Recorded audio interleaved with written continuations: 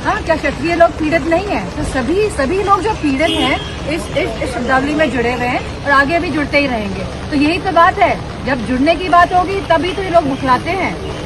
जब यूथ पूरा जुड़ के एक साथ आया तभी तो सरकार जागी है कि ये क्या हो गया। तो सोशल मीडिया प्लेटफॉर्म से आप रील्स क्यों उठा रहे हैं बच्चों की? जो उनका संघर्ष है, जिस तरह से वो लड़े, जिस तरह से वो आए संसद भवन तक मार्च करने के लिए, आप क्यों रील्स डिलीट कर रहे हैं बच्चों की?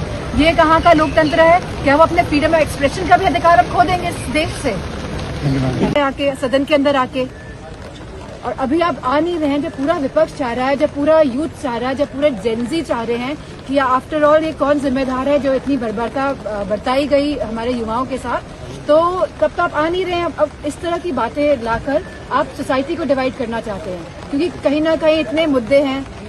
राम से जुड़ा हुआ मुद्दा जहाँ आया है, जहाँ मंदिर में आपने चोरी कर दी, और ये चोरी जब से मंदिर शुरू हुआ है जाने कितने लाखों करोड़ों लोगों ने चंदा दिया, चाहे भले ही 50 रुपए का दिया हो, चाहे भले ही करोड़ों रुपए का दिया हो। अभी मैं बनारस गई थी तो मुझे मालूम हुआ कि जो एक उद्योगपति थे उन्होंने 11 करोड़ रुपए का चंदा दिया राम टेम्पल में, वो भी एक इंसान ने। तो आप समझ सकते हैं कि इसका मैग्नीट्यूड, इसकी विशालता कितनी है। न जाने कितने हजार करोड़ रुपए का चंदा और दान और गुप्त दान और धातु दान भारतीय जनता पार्टी और उनके संगी साथियों ने लूट लिया है। तो इस बारे में आप चर्चा नहीं चाहते।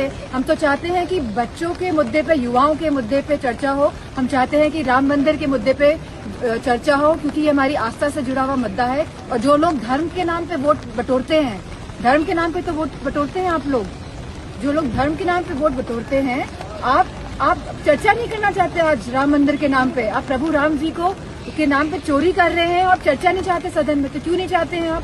पूरा विपक्ष इस बात में एक है कि युवाओं को लेके सदन के अंदर चर्चा हो। राम मंदिर को लेके जिस तरह का भ्रष्टाचार दान पात्र में हुआ है, उसको लेके भी चर्चा सदन के अंदर हो। और ये सब बातें जब आएंगी, ये आप ध्यान रखिएगा कि ये खाली चुनाव के मद्देनजर ये बातें लाई जाएंगी और लोगों में डिवीजन करने के लिए, जिससे कि जिस एकता के साथ यूथ आया है, कहीं ना कहीं ये सरकार हिली है। तो इसी चीज को लेके अब इस तरह के मुद्दे लगातार सामने लाए जाएंगे। बच्चे प्रोटेस्ट कर रहे हैं, उस पर ओपोजिशन। झारखंड में बच्चे प्रोटेस्ट करते हैं, यूपी का हाल देख लीजिए, कितने पेपर लीक हुए हैं, कितने 21 पेपर लीक हुए हैं, 21 से भी ज्यादा लगातार लीक हो रहे हैं। आप प्राइमरी स्कूल्स बंद कर रहे हैं। आपने कितने प्राइमरी स्कूल्स बंद कर दिए? 29,000 प्राइमरी स्कूल्स बंद हुए हैं। लगभग 1 करोड़ बच्चे आज शिक्षा नहीं प्राप्त कर पा रहे हैं प्राइमरी स्कूल में। जब देश पढ़ेगा नहीं तो आगे कहाँ पढ़ेगा? आप हमारी जो नई पीढ़ी है उसको बर्बाद करने में लगे हुए हैं, और आप बात करते हैं हिंदू मुसलमान की। प्रयागराज में राहुल गांधी जी का कार्यक्रम हो रहा था, उसको परमिशन नहीं। कार्यक्रम तो होंगे, चाहे जो रोक ले। कैसे आप रोक सकते कार्यक्रम करने से? तो ऐसा करिए कि डेमोक्रेसी आप खत्म करिए, ताज पहन के आप लोग बैठ लीजिए।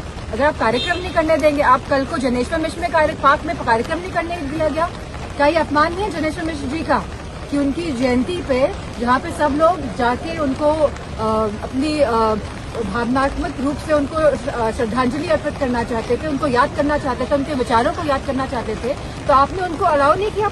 आप कैसे रोक सकते हैं डेमोक्रेटिक सिस्टम में किसी को भी रैली करने से, किसी को भी किसी को भी लाइक मीटिंग्स करने के लिए? मैं समझती हूँ सरकार पूरी तरह लोकतंत्र को खत्म करना चाहती है, संविधान को मिटाना चाहती है। तो मेरी राय एक ही है कि भारतीय जनता पार्टी के लोग, सब लोग ताज पहन लें और बाबा साहब भीमराव जी के संविधान को दरकिनार कर लीजिए और लोकतंत्र को समाप्त कर दीजिए।